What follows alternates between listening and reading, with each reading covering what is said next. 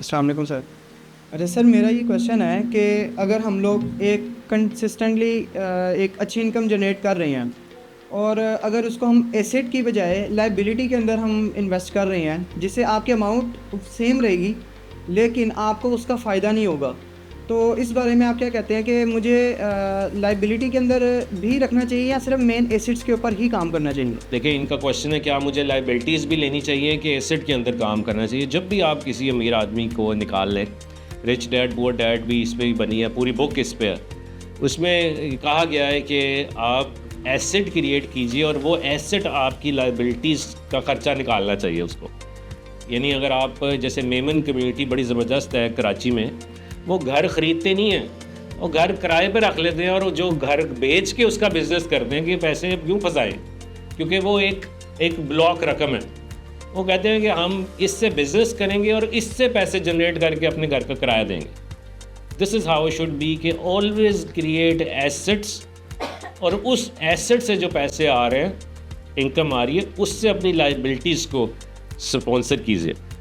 सबसे पहले पैसे आते हैं तो आप सबसे पहले लाइबिलिटीज़ क्रिएट करते हैं अपने ऊपर, या ऐसी चीज़ें क्रिएट करते हैं जिसका कोई फ़ायदा नहीं है, वो एक फिक्स्ड आपके लिए एक चीज़। सर ऐसे है कि वो बनती जा रही होती हैं। अगर आपके पास एक इनकम आने लगी है ना, आप अगर पहले 50,000 के अंदर भी आप अपना अच्छे से एक्सपेंस पूरा कर रहे थे, जब आप 1 लाख अर्न करेंगे ना, तो आपका क्या होगा कि वो 50,000 नहीं, आपका 1 लाख ही सारा एक्सपेंसेस के अंदर चला जाएगा, आपके पास सेविंग कुछ नहीं बचेगी।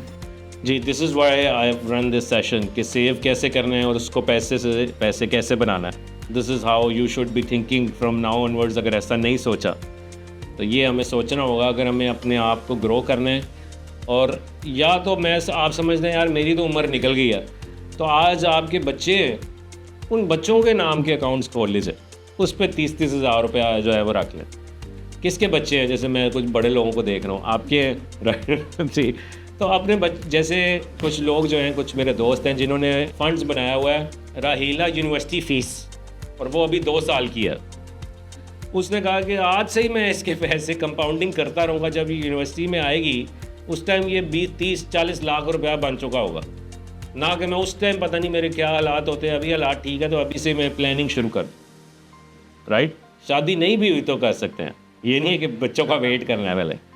तो इसलिए अभी से प्लानिंग कर सकते हैं, शादी फ़ंड। राइट, ना कि उस वक्त पता हो गया यार ये क्या है, और लड़की वालों की ये डिमांड थी कि उन्होंने कहा ये यहाँ पे होना चाहिए, ये वहाँ पे होना चाहिए। तो इसलिए ये चीज़ें भी मैनेज करनी है कि छोटी छोटी फ़ंड्स बना लीजिए। जैसे जब आप बच्चों के नाम का फ़ंड्स बनाते हैं, उसमें से निकालते हुए बड़ी पेन होती है उन लोगों को कि बच्चों का नाम का फ़ंड था, मैं नहीं यूज़ कर सकता, इसमें उसी का हक़ है। तो इमोशनल नाम दीजिए अपने फ़ंड्स को भी, कि उससे निकालते हुए बड़ा दुख हो कि इससे मैं पैसे निकालूंगा तो will be a painful for me, कि ये तो मेरी इस नीयत से था। लेकिन जब आप ऐसे जेनेरिक नाम भी दे देंगे तो शायद पेन इतनी ना हो। ये एक साइकोलॉजी है कि always use emotional touch when you are bringing out money from the bank.